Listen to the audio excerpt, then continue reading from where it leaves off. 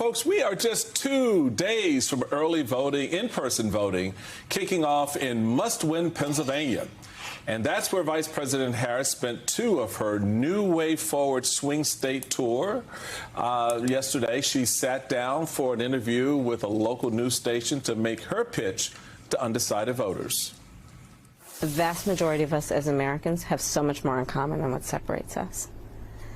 And I also believe that I am accurate in knowing that most Americans want a leader who brings us together as Americans and not someone who professes to be a leader who is trying to have us point our fingers at each other. With just 52 days until Election Day, the pressure is on for the vice president to both reintroduce herself to persuadable voters and draw a sharp contrast between her agenda and Donald Trump's dark vision for America. Joining us now, Sarah Longwell, publisher of The Bulwark and host of the Focus Group podcast. She also serves as executive director of Republican Voters Against Trump. And Tim Miller, MSNBC political analyst and writer at large at The Bulwark. This is an all-Bulwark moment. Welcome to the table, Bulwark. Sarah, I gotta know, what do you think of the term undecided voter, especially in this moment?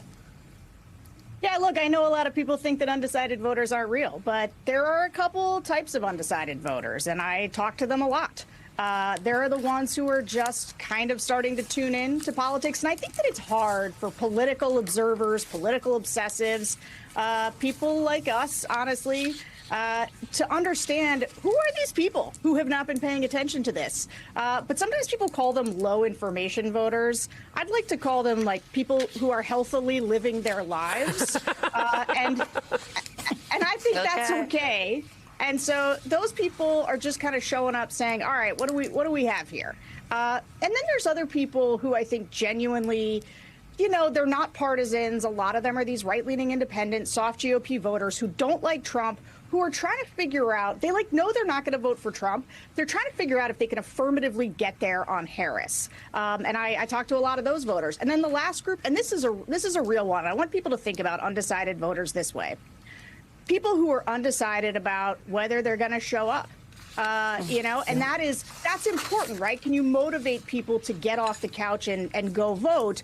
Because there's a lot of people who are like, a pox on both their houses. This doesn't matter. And you got to make them decide to go out there. And so that's who they are.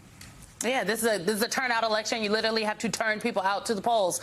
I want to play some sound from your focus groups. This was Wednesday after the debate, and these are 3 voters from the Longwell focus group. A lot of the things that, you know, Trump was, you know, criticizing and exploiting Joe Biden for, now he's the old man that can't keep up. I think she was the clear winner. She was more presidential. He did a poor job of taking her bait and allowing himself to get upset. She addressed most of the issues pretty well, and she gave Donald Trump like what maybe other candidates couldn't. You know, she was a little bit sarcastic or talking back with him. The voters had thoughts. I mean, and this sound is from, we should say, there were 3 swing voters from a focus group that you did after the debate. You featured these voices on the podcast this upcoming week.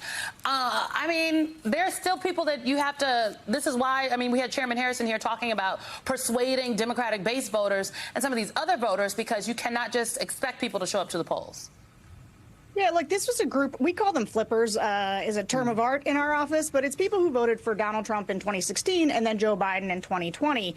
And that is a group that was being eroded when Joe Biden was the candidate. And they've been a very interesting group to watch after the switch. To see whether or not these voters, and again, these are sort of tend to be center-right, can they get there on Harris? And in this group in particular, there was a number of interesting things. First of all, bottom line, they all thought Kamala Harris swept the floor with Donald Trump. They were all going to vote for Kamala Harris, but that wasn't as interesting to me as the way that they described her performance, which was the #1 word that these voters used about her performance was that she seemed presidential. And I think for a lot of these voters, getting them over that hump of saying, No, she looks like somebody who should can be president. She sounds like somebody who can be president. I think that's the thing she did for herself during the debate. So, Tam, what do you make of all this independent, undecided voter space that's out there, particularly in the face of what the New York Times' Michael Gold reported on Thursday? Quote, although it had been billed as an event focused on housing and the economy, former President Donald Trump spent much of a meandering speech on Thursday in Tucson, Arizona, venting his grievances over his debate against Vice President Harris. So you have one presidential candidate is trying to level up some policy, which you and I and others, we can debate just how good or bad that is, and another one who's talking about crowd size and the fact that he got bested by his opponent in the debate. How are people still undecided in your view? Yeah, that's a good question, Chairman. Can I just say, you all look so good this morning. It's like Simone looks like she's going to church. I feel like a schlub on this show. I thought it was a Saturday morning kind of casual vibe. It might be a little bit of a okay. secular church with this little slit at the top, but Yeah, she walked up in there with that. I got a shawl. I got a shawl. I think some people with the undecided thing. Look, I get it. This isn't even a close call. It's going to be the easiest vote I ever had in my life. I get why people would be like, how could you be undecided? To Sarah's point, just put a finer point on it. Sometimes you think in your mind when you hear undecided that the people are deciding between Trump and Harris. They're like, I just can't pick, chicken or fish. Like, what do I want for dinner tonight? And it's not like that's not really the person, right? Like, usually it's a person that has disqualified one of the candidates and is trying to decide if they can get there on the other candidate, right? And I just think if you think about it in that frame, that makes more sense, right? It's like maybe a young voter trying to decide if they can go out and vote for Harris. Maybe they have concerns about Gaza or whatever, and it's these folks that we talk about a lot at the Bulwark, which is the people that were Republican their whole life, that maybe voted for Trump once, and now are trying to decide what to do. And so I think that like makes more sense. It's not a close call for us, but like if you think about it in that frame, you kind of understand like what the Harris campaign needs to do. Reach out to these voters. The good news is she's trying. If you just listen to her debate performance, listen to her on the stump last night, her message is squarely aimed at like motivating these core Democratic voters and reaching out to traditional kind of center-right voters that don't like Donald Trump. It's just right there in all of her messaging. Meanwhile, Donald Trump, that Gold quote that you cited for the New York Times about Thursday's rally. His rally last night was even crazier. He brought back the snake. He's reading the snake poem. The dude is totally unhinged and he doesn't seem to be focused at all at trying to reach out to these core groups. You do sort of wonder if when he's going up on stage, he's like, is it a snake night or a shark night? I can't quite decide which one I want to evoke in this speech. I want you to take a listen, Sarah, to something that Vice President Harris said on the trail about concepts of a plan. This was just yesterday in Pennsylvania. Remember, when he was president, he tried 60 times to end the Affordable Care Act. And as he said in the debate just this week, he has no plan to replace it. He said he has, quote, concepts of a plan. Concepts of a plan. No actual plan. So let's just think about this for a moment. He's going to threaten health insurance for the 45 million people who rely on it based on a concept. How do you balance rhetorically, Sarah Longwell, the fact that he's very vague on some policy details at the same time that he has Project 2025 ready and raring to go alongside him?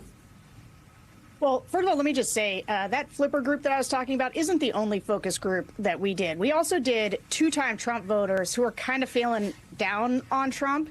And one of the things that was interesting, it's always interesting when you listen to voters to hear what breaks through. Like, what did they really notice? And this idea of a concept of a plan was something that a lot of those voters were sort of repeating back to the moderator, saying, like, what is he talking about? And I think that is, for people who are frustrated with Trump, he did nothing in that debate to bring them back, right? He also has been sort of had voters who have been with him before but are now moving away from him. And I think it's interesting to pick healthcare and fighting just as a, like, forget any debate about the policy of it, as a sheer public opinion play. Like, they've lost this fight. And people do care a great deal about what a candidate's plan for their health care is. And they basically want to know, how am I going to get better care and how am I going to get more affordable care? And Donald Trump having nothing to say about that is the kind of thing that voters notice. There's only a handful of policies that voters can get really, really animated about and understand, and health care is one of them.